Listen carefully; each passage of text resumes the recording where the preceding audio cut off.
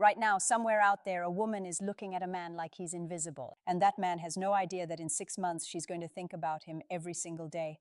That man might be you. Hey, welcome back. If this is your first time here, I'm Sophia, and this channel exists for one reason: to break down the psychology of attraction so you actually understand what's happening, not just guess at it.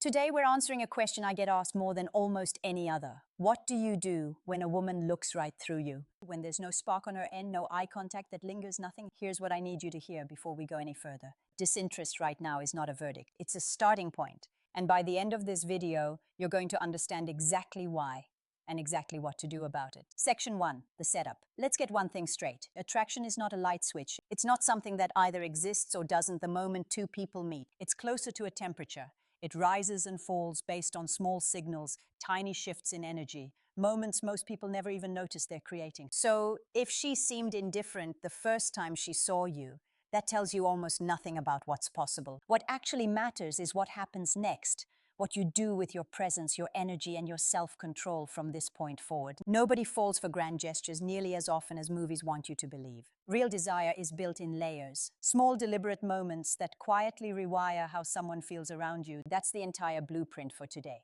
Stick with me because the details matter more than you think. Section 2, the power of a gaze. Let's start with something so simple most men treat it as an afterthought: how you look at her. Not a nervous glance, not a 2-second stare you force yourself to hold. I'm talking about calm, deliberate, unhurried eye contact. The kind that comes from a place of ease, not performance. Here's a detail almost nobody talks about. When you're in conversation with her, let your focus rest gently on one eye rather than darting between both. Some behavioral researchers link this kind of steady, singular focus to a small rise in oxytocin, the same chemical your brain releases during a warm hug or a moment of real emotional closeness. But forget the biology for a second and think about how it actually feels. When someone looks at you like that, unhurried, present, not performing, you feel seen. You feel like the only person in the room. That's the effect you're going for. The mistake most men make is overcorrecting. They either avoid eye contact completely because they're nervous, or they lock in too hard and it reads as intense, almost aggressive. Neither works. What you want is somewhere in the middle, relaxed, warm, unbothered. A gaze that says, I'm comfortable here, and so can you be.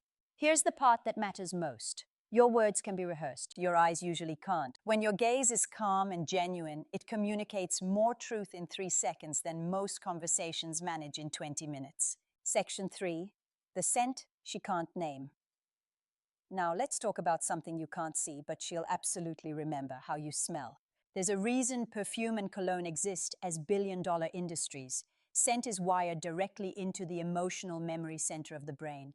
Long after she forgets what you said or what you were wearing, a smell can pull her right back into a specific moment with you. Think about it from your own experience. Haven't you ever caught a random scent in a coffee shop or an elevator and suddenly thought of someone from years ago? That's not a coincidence. That's how deeply scent embeds itself into memory. When you find a fragrance that actually fits your personality, not something loud or overwhelming, but something that feels intentional, it becomes a signature, an invisible thread that ties back to you every time she encounters it, even when you're nowhere near. If your energy is calm and grounded, lean toward woody or warm, subtle tones. If your presence carries a bit more mystery or edge, something with spice or a darker citrus note tends to fit. The goal was never to overwhelm a room. The goal is to leave an impression that lingers quietly in the background of her memory. Section 4. Taming the nerves. Let's be honest about something most men won't admit out loud.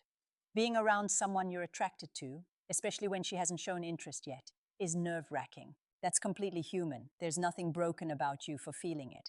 But here's the shift that changes everything. You don't need to eliminate that anxiety. You need to manage it well enough that your real self can still come through. A few things genuinely help here. L-theanine, an amino acid found naturally in green tea, is known to promote calm focus without making you drowsy. Ashwagandha has research behind it for lowering cortisol and stress response. And magnesium, specifically the glycinate form, supports better sleep, which more than people realize is directly tied to how confident and grounded you feel the next day.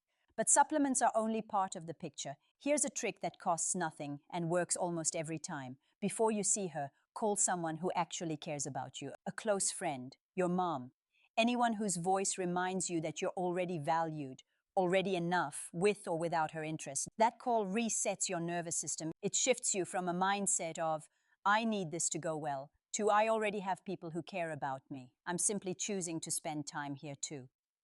That difference in energy is enormous, and she will feel it the second you walk in the door, relaxed, warm, and grounded without trying to be. Section 5. Break the script. Now let's talk about the date itself, because this is where most men unknowingly sabotage their own chances. Dinner, coffee, a movie, there's nothing wrong with any of these on their own, but here's the problem. They're low on emotional intensity, and attraction is built on emotional intensity. If you want her to see you in a completely different light, give her a completely different experience. Take her somewhere unexpected. A spontaneous walk through a part of the city she's never explored. An escape room, live music, something that gets her heart rate up a little, that creates a story worth telling later. There's actually a name for why this works so well. Psychologists call it misattribution of arousal. When someone's heart is racing from excitement, their brain doesn't always separate that physical response from the person standing next to them. In simple terms, when she feels that rush, some part of her starts associating that feeling with you. Quick pause here. If you're finding this useful, this is exactly the kind of thing we dig into every single week on this channel. Hit subscribe now so you don't miss the next one. And let's keep going because we're just getting to the part that really matters. Section 6. Character over performance. Here's something that has nothing to do with tricks or techniques and everything to do with who you actually are. How you treat other people. The server at the restaurant. The person parking your car. A stranger who bumps into you by accident. Women notice this far more than most men realize, and they notice it precisely because it can't be faked in the moment. It's either who you are or it isn't. When she watches you handle people with patience and ease without needing anyone to see it, that registers as something rare, emotional maturity. And emotional maturity builds trust faster than any line you could ever say. When the check comes, keep it simple. No display, no hesitation, no lingering on it. If you cover it, do it quietly and move on. Confidence doesn't need an audience. And when the night ends, this is where so many men get it wrong. Don't force a moment. Don't manufacture a kiss just to feel like the night was a success. Restraint in this exact moment is more powerful than almost anything else you could do. If it happens naturally, wonderful. If it doesn't, let it go. A warm hug, a genuine, I really enjoyed tonight, and then walk away. Don't linger. Don't over-explain. Don't ask if she had a good time 3 separate ways. Let the night end exactly where it is. That small bit of unfinished space is often what she keeps thinking about long after you're gone. Section 7, the inner shift.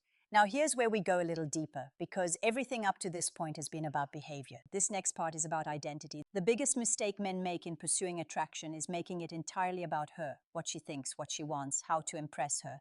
But real lasting attraction is never actually about the other person first. It starts with you.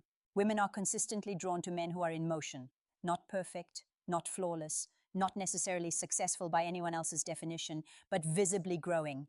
Men who are becoming something, rather than men who've stalled out, waiting for someone else to complete them. This is where a stoic mindset becomes genuinely useful. Not suppressing emotion, mastering your response to it, focusing your energy on what's actually within your control, and releasing your grip on everything that isn't. When a woman senses that your sense of self-worth doesn't rise and fall based on her interest, something shifts in how she perceives you. You stop looking like someone auditioning for her approval and start looking like someone who's simply living his life well and inviting her to be part of it rather than needing her to complete it.